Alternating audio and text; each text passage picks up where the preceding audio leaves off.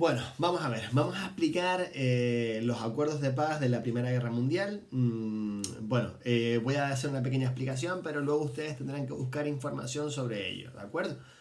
Vamos a ver, recordemos que la Primera Guerra Mundial había concluido el 11 de noviembre de 1918, tuvo lugar, durante un periodo de tiempo de 4 años, un poquito más, vale. Y los tratados de paz van a ser llevados a cabo por los vencedores sobre los vencidos, evidentemente. Eso conduce a que los acuerdos van a ser un poco imposiciones de aquellos que ganan sobre los que han sido derrotados. En este sentido, hablamos de cuatro, iba a decir cinco, pero no, cuatro grandes naciones importantes. Por una parte tendríamos a Italia, vamos a empezar con Italia, que es la menos relevante. Luego tendríamos por otra parte a Estados Unidos, tenemos también a Francia y también tenemos a Inglaterra. Estos cuatro, como ya todo el mundo sabe, formaban parte de la triple entente, que no son triples, al final son más porque se van uniendo, ¿no? Eso ya está claro, ¿vale? El que se había ido, recordemos, era Rusia. Rusia ahora mismo, está en un momento muy complicado, está en mitad de su guerra civil, una cruenta guerra civil entre el ejército blanco y el rojo, que es el que está comandado por Trotsky por Lenin también, y también Stalin, que está metido ahí, están todos ahí metidos. Contra el ejército blanco, aunque también había más ejércitos, pero bueno, eso es otra historia. Al final Rusia se va a convertir en la URSS, pero que va a ser un poco el resultado de la revolución de 1917, sobre la que hablaremos en otro momento. Así que nos olvidamos de Rusia. En cuanto a Italia, a ver, hay 4 estados que ya he dicho, hay 4 grandes personajes, unos más, otros menos, ¿no?, que llevan a cabo la negociación. Cada uno de ellos tienen unas ideas propias. Empecemos por Vittorio Orlando. Si hago esto con este acento es porque estoy hablando de Italia, por supuesto.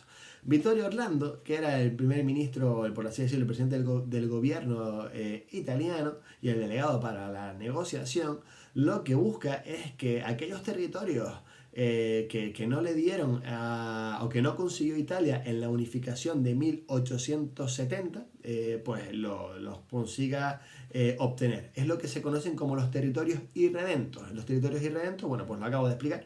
Entonces estaríamos hablando de la Alta Venecia, el Alto Véneto, estamos hablando del Fiume, estamos hablando de Trieste, estamos hablando de Dalmacia.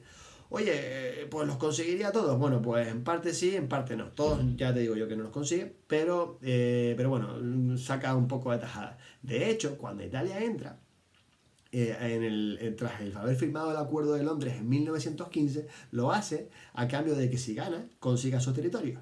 ¿Quién va a utilizar eso después para su propaganda política y para conseguir recuperar aquellos territorios irredentos que no les dieron? Pues sí, Benito Mussolini, pero eso es el futuro y spoiler, va a haber una Segunda Guerra Mundial. Vale, bueno, eso es Italia. Vamos a ver, por ejemplo, ¿a quién? A Estados Unidos. Venga, vámonos con Estados Unidos. En Estados Unidos tenemos ahí a un personaje muy peculiar. Se llamaba Thomas Woodrow Wilson. Thomas Woodrow Wilson, el presidente Wilson, era un hombre muy alto, con gafas y también bastante carismático, como ya he dicho por segunda ocasión, que plantea una cosa muy interesante, que son los 14 puntos. Él habla de llevar a cabo una política pacifista, de hecho estamos hablando de la paz, con lo cual tiene que ser sin buscar el revanchismo. No le hacen mucho caso a Wilson, le hacen caso en parte, pero en parte no, como pasaba con Orlando. ¿Qué ocurre con los 14 puntos de Wilson? Bueno, una de las cosas que dice es que desaparezcan que los territorios que gobernaban los grandes imperios, el turco, otomano, el austrohúngaro o también incluso el ruso, sean cedidos a aquellas naciones que estaban sometidos a ese poder autocrático en muchos casos, ¿no? Estamos hablando, por tanto, del principio de autodeterminación de los pueblos y de que ese nacionalismo sea por fin escuchado. Por lo tanto, aquellas naciones como los lituanos, como los estonios, como los moldavos, como los checos, los eslovacos, los eslovenos, todos estos, los húngaros, que tengan un estado propio, los rumanos, los polacos, toda esa gente que tenga un estado propio. Vale, eso lo plantea y eso le hacen caso. Otra cosa también que plantea Wilson es que se cree una organización que abarque muchos estados o que contenga muchos estados para poder negociar la paz. Estaríamos hablando de la Sociedad de Naciones, pero sorprendentemente a Estados Unidos no le dejan entrar. En el Congreso le dicen que no a Wilson y Estados Unidos política aislacionista, con lo cual, spoiler, la Sociedad de Naciones no va a salir bien. De hecho, va a tener lugar una Segunda Guerra Mundial. Uy, ya lo he dicho, es la segunda vez que lo digo. Vale. Ya estamos viendo que los acuerdos de paz no son tan buenos. Luego tenemos a otro tipo que es, vamos a hablar de Lloyd George. Lloyd George es el primer ministro de Inglaterra, otro personaje muy carismático. Bueno, este hombre, ¿qué es lo que quiere? ¿Qué es lo que quiere Lloyd George? Bueno, pues sobre todo lo que le interesa es que su imperio colonial no se vea perjudicado. Recordemos ese gran imperio que posee Inglaterra. Bueno, pues va a sacar tajada de los acuerdos, porque va a recuperar territorios. Por ejemplo, Togo y Camerún, que era alemán, se lo va a llevar una parte de Inglaterra, también se va a llevar una buena parte África sudoccidental y también otras colonias que están repartidas ahí por otras áreas, por ejemplo, dentro del Pacífico, aunque hay una buena parte que se va a llevar a Japón también. Bueno, eso también lo que también quiere intentar evitar Lloyd George es que Francia se venga muy arriba, ¿vale? Y se convierta en la gran superpotencia dentro de Europa. Así que intenta mantener controladita a Francia. Porque claro, la pregunta es, ¿quién es el que tiene mayor deseo de revanchismo? Pues sí, evidentemente, 1, 2, 3, respondo otra vez. Bueno, Francia, está claro, ¿no? Ya lo acabo de decir. Bueno, en Francia tenemos a un hombre que es Georges Clemenceau, y Clemenceau está como loco por la revancha, está deseando humillar a su íntimo enemigo, que es Alemania, con lo cual va a ser el partidario a llevar a cabo las mayores multas, las mayores indemnizaciones, las mayores condenas a Alemania. Por supuesto va a recuperar Alsacia y Lorena, que se lo había quitado Prusia, recordemos, en las guerras franco-prusianas en 1870, tras la victoria de Sedan. Y sobre todo se va a cebar, insisto una vez más, con Alemania. Alemania va a acabar cediendo pues Schleswig y Holstein a Dinamarca, también Mármol y todos los territorios que había conseguido adquirir de Bélgica. Bueno, hay un montón de cosas más que no voy a comentar ahora porque no toca. Pero bueno, y le van a indemnizar un montón. Vale, dicho lo dicho, tenemos entonces 5 acuerdos contra 5 países. Primer acuerdo. Estos se van a firmar desde el 28 de junio de 1919, que se cumplen 5 años del magnicidio de Gabrielo Príncipe a Francisco Fernando, recordemos, en Sarajevo, el punto detonante de la guerra, como todo el mundo sabe ya, o como deberían saber. Ahí se va a firmar el Tratado de Versalles contra Alemania. Luego tenemos el Tratado de Saint-Germain, para negociar la paz con Austria-Hungría. Austria-Hungría era así, ahora se va a quedar siendo un país muy chiquitito.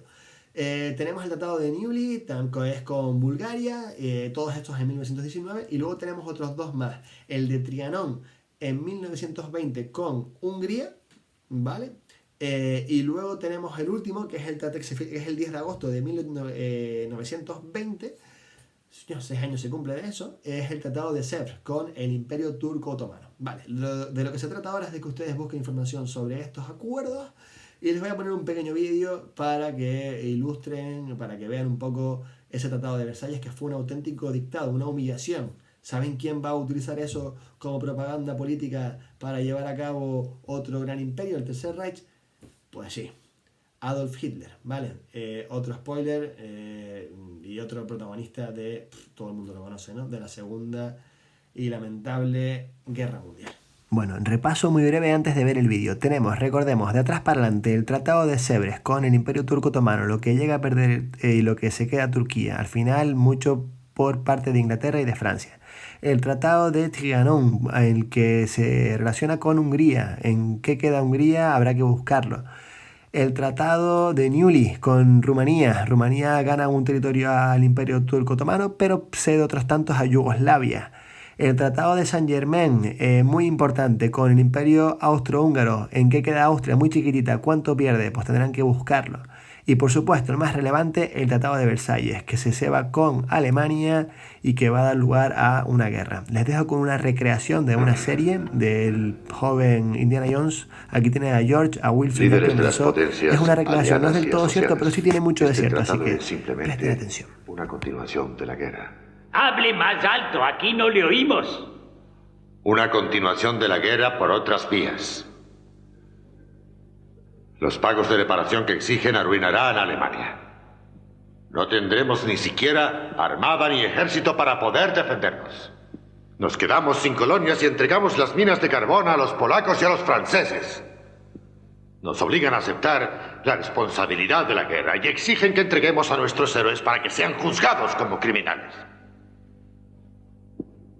Presidente Wilson, si Alemania abandonó las armas fue porque estaba de acuerdo con los principios de sus 14 puntos, pero el tratado que nos presentan viola todos y cada uno de esos puntos.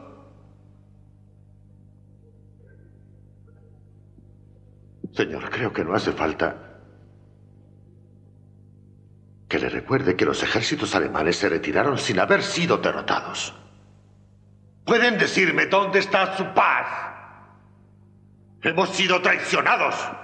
Conocemos el odio que nos tienen aquí, lo conocemos bien. Este documento lo demuestra. Nos están exigiendo que digamos que nosotros y solo nosotros somos culpables de haber provocado esta guerra.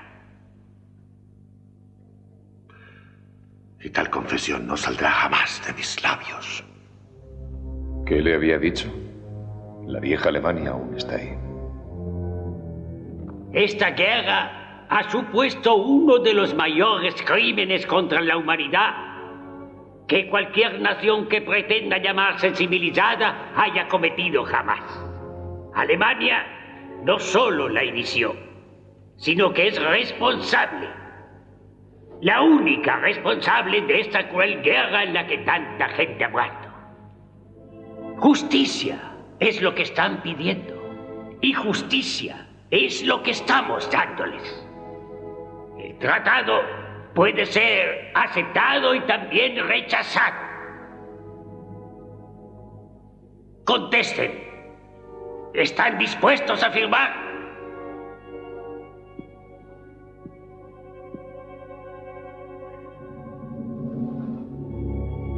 Sometidos a una imperiosa fuerza, pero sin abandonar por ello nuestra postura. ¿Puede hablar más alto? No le oigo bien. Esto es vergonzoso. Ante la increíble injusticia de las condiciones, ¡Hable más alto! el gobierno de Alemania declara que está dispuesto a firmar.